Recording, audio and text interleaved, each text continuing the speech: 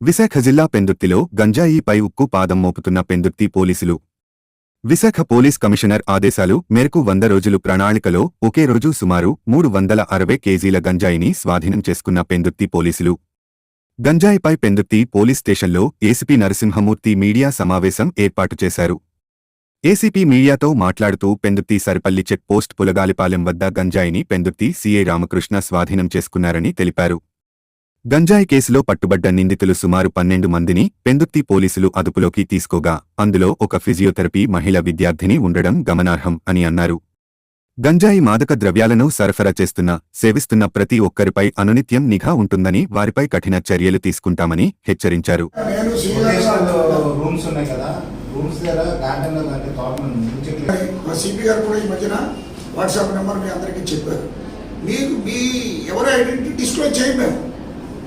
మాకు కావాల్సిన సమాచారం ఇప్పుడు మీరు కొన్ని సమాచారం చెప్పారు, కొన్ని పాయింట్స్ మొన్న చెప్పారు. నేను పర్సనల్గా వెళ్ళాను, మా సీ గారిని తీసుకుని వెళ్ళి దానికి 70 పంపించమని చెప్పాను.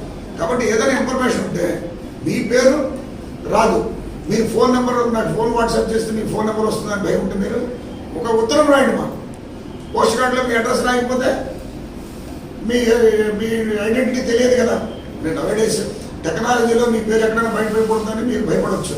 ఎందుకంటే నాకు వాట్సాప్ చేస్తే మీ నెంబర్ వచ్చేస్తుంది, ఐడెంటిటీ డిస్క్లోజ్ అయిపోతుంది. ఒక లెటర్ రాయండి మాకు, ఒక ఎన్వలప్ ఎవరు రాస్తే మాకు వస్తుంది. మీ ఫ్రమ్ అడ్రస్ రాయక్కర్లేదు. మీరు ఏమీ రకం మిమ్మల్ని మేము డిస్క్లోజ్ చేయము, అది 100% షూర్.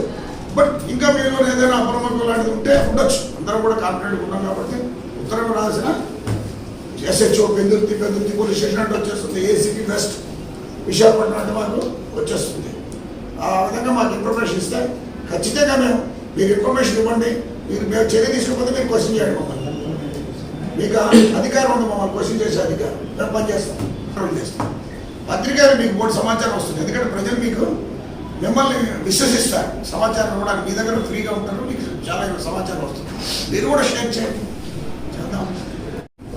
284, 75, 360 దాదాపు 400 కేజీల గాంజాని ఇక్కడ ఈ 1 monthలో సీజ్ చేయడం జరిగింది. ఇందులో 7, అందులో 5, 12 ప్లస్ అందులో 2, 14 మంది ముద్దాయిల్ని 14 మంది ముద్దాయిల్ని గాంజా ఎవరైతే వ్యాపారం గాంజా సెక్యూర్ చేయడం, ట్రాన్స్పోర్ట్ చేయడం చేస్తారో అలాగే గాంజా తాగిన వాడు కూడా ఉన్నారు.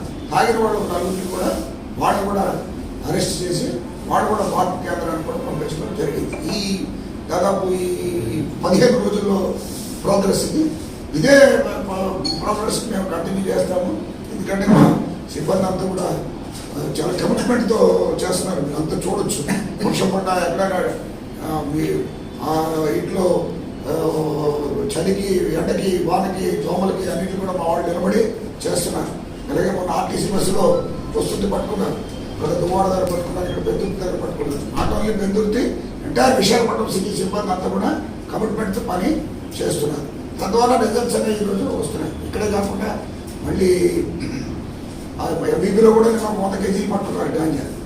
ఎంబీపీలో కూడా 100 కేజీలు పట్టుకున్నారు. ఇంకో దగ్గర కూడా ఒక 75 కేజీలు పట్టుకున్నారు. దాదాపు 500 కేజీలు పైన నిన్న ఒక్కరోజే పట్టుకోవడం జరిగింది. ఇది అంతా నిరూపిస్తుంది. ఎందుకంటే ఇది ప్రణాళిక స్టేట్ అంతటికి కూడా వర్తిస్తుంది. స్టేట్ ప్రణాళిక. సార్, ఈ 12 మంది అరెస్ట్ చేస్తారు.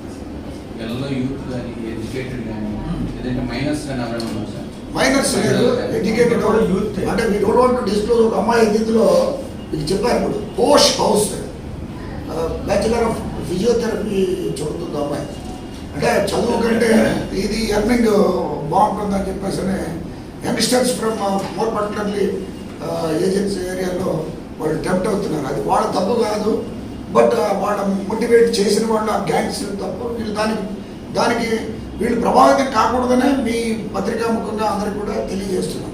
మనీ కూడా ఈజీగా రాదు, కష్టపడితే మనీ వస్తుంది. కాబట్టి ఈజీగా ఏ మనీ వచ్చినా అది మన ట్రబుల్లోకి నెట్టేయడం అనేది జరుగుతుంది. యువత అంతా అది గ్రహించాలి. ఒక మహిళ ఆవిడ, ఒక ఆయన, వాళ్ళిద్దరు ఫ్రెండ్స్. వాళ్ళు మంచి ఇల్లు ఉంది, మంచి మనం ఎవరం కూడా ఎఫోర్డ్ చేయలేము. ఈవెన్ 33 ఏళ్ళ సర్వీస్ ఉన్న గెజిటెడ్ ఆఫీసర్ నేనే అలాంటి వెళ్ళాలంటే హౌస్లో ఉండలేను, ఉండగలుస్తాను. అద్దెకి ఉండగలుస్తున్నారు అంటే చూడండి ఇది. లోకల్ వాళ్ళు సార్ బయట వాళ్ళు సార్ బయట వాళ్ళు వచ్చి ఇక్కడ అద్దెకి ఉంటున్నారు. ఈ సోర్స్ అంతా కూడా మా దగ్గర ఇప్పుడు మా కమిషనర్ గారు కొత్తగా కమిషనర్ గారు చార్జ్ తీసుకున్న తర్వాత దీని మీద ఒక ప్రణాళిక పెట్టాం. ఈరోజు ఇక్కడ దొరికిన వాళ్ళు సోర్స్ ఉన్నారు, ఇంకో ముగ్గురు సోర్స్ ఉన్నారు. ఆల్రెడీ అక్కడ టీం పెట్టాం. మేము ASR police, ASR district police coordination తోటి సోర్స్ పట్టుకుంటున్నాం. అలాగే ఎన్డీఓసర్ ఇది ఎక్కడికి బయటకు పోతుంది, ఎవడమ్ముతున్నాడు అనేది కూడా దీంతో సరిపెట్టేట్లేదు.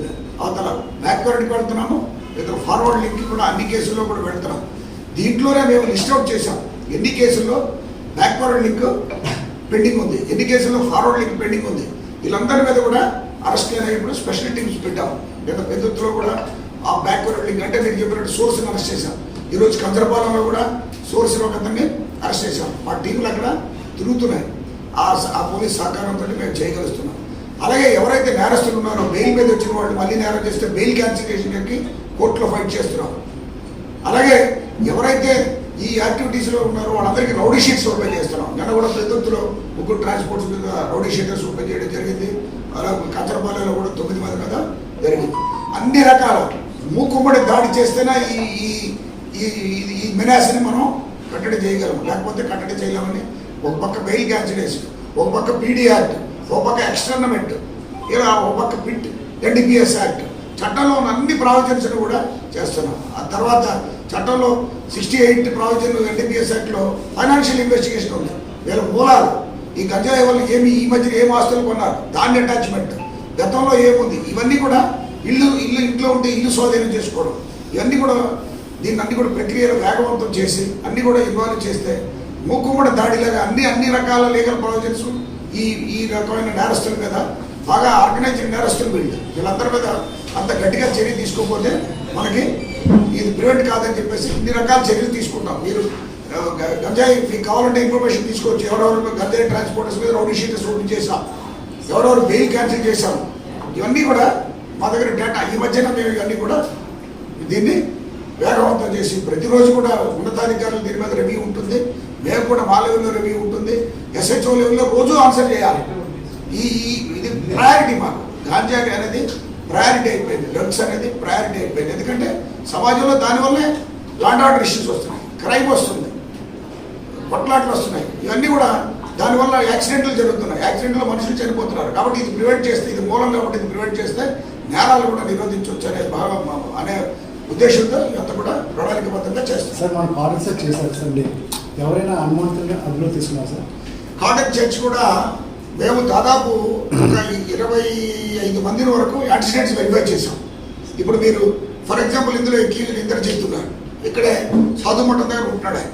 ఆయన ఎక్కడి నుంచో వచ్చాడు, ఇక్కడ ఉండాల్సిన అవసరం లేదు. ఎందుకు ఇక్కడ ఉన్నారు? ఇక్కడ ఉద్యోగం లేదు, సద్యోగం లేదు. ఈ వ్యాపారానికి వాళ్ళు ఈయన ఇంటర్మీడియటరీ, అక్కడ ఏజెన్సీ నుంచి గాంజా ప్రొక్యూర్ చేయడము, ఢిల్లీకి ఎక్కడికి పంపించడం ఇంటర్మీడియటరీ, ఇక్కడ ఉండాల్సిన అవసరం లేదు. కాబట్టి ఇలాగ మనకి అయ్యప్ప కాలనీ, దాన్ని వాల్మీకి కాలనీ అనే దాంట్లో అద్దె చాలా తక్కువ ఉంటుంది. అలాంటి వాళ్ళు ఎవరైనా ఉంటే వాళ్ళందరూ కూడా మేము వెరిఫై చేసాం. వెరిఫై చేసి ఇంకా వెరిఫికేషన్ కూడా చేస్తూనే ఉన్నాం. వాళ్ళు ఏ వ్యాపారం చేస్తున్నారు, వ్యాపారం అని చెప్తే ఏ వ్యాపారం చేస్తున్నారు, ఉద్యోగం అని చెప్తే ఏ ఉద్యోగం చేస్తున్నారు. ఎక్కడి నుంచో ఏదో సుదూరమైన రాష్ట్రం నుంచి మన దగ్గరకు వచ్చి మనకు 15,000కి 10,000కి ఉద్యోగం చేయాల్సిన అవసరం ఉంటుందా, లేదా వేరే పని ఏమైనా చేస్తున్నారా, ఈ ఆస్పెక్ట్స్ కూడా వెరిఫై చేస్తున్నాం. మనం కూడా అక్కడ ఆ లిక్కర్ అమ్మిన వాళ్ళు ఉంటే దాని మీద కేసు పెట్టాము.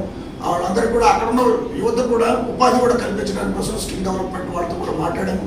ఈ మధ్యన యంగ్స్టర్స్ ఉన్న యువత అందరితో కూడా మీటింగ్ ఆర్గనైజ్ చేస్తున్నాం. ఆర్గనైజ్ చేసి వాళ్ళు కూడా మంచి దారిలో పెట్టి సమాజానికి ఉపయోగకరంగా తయారు చేస్తున్నాం. Sir Yeah.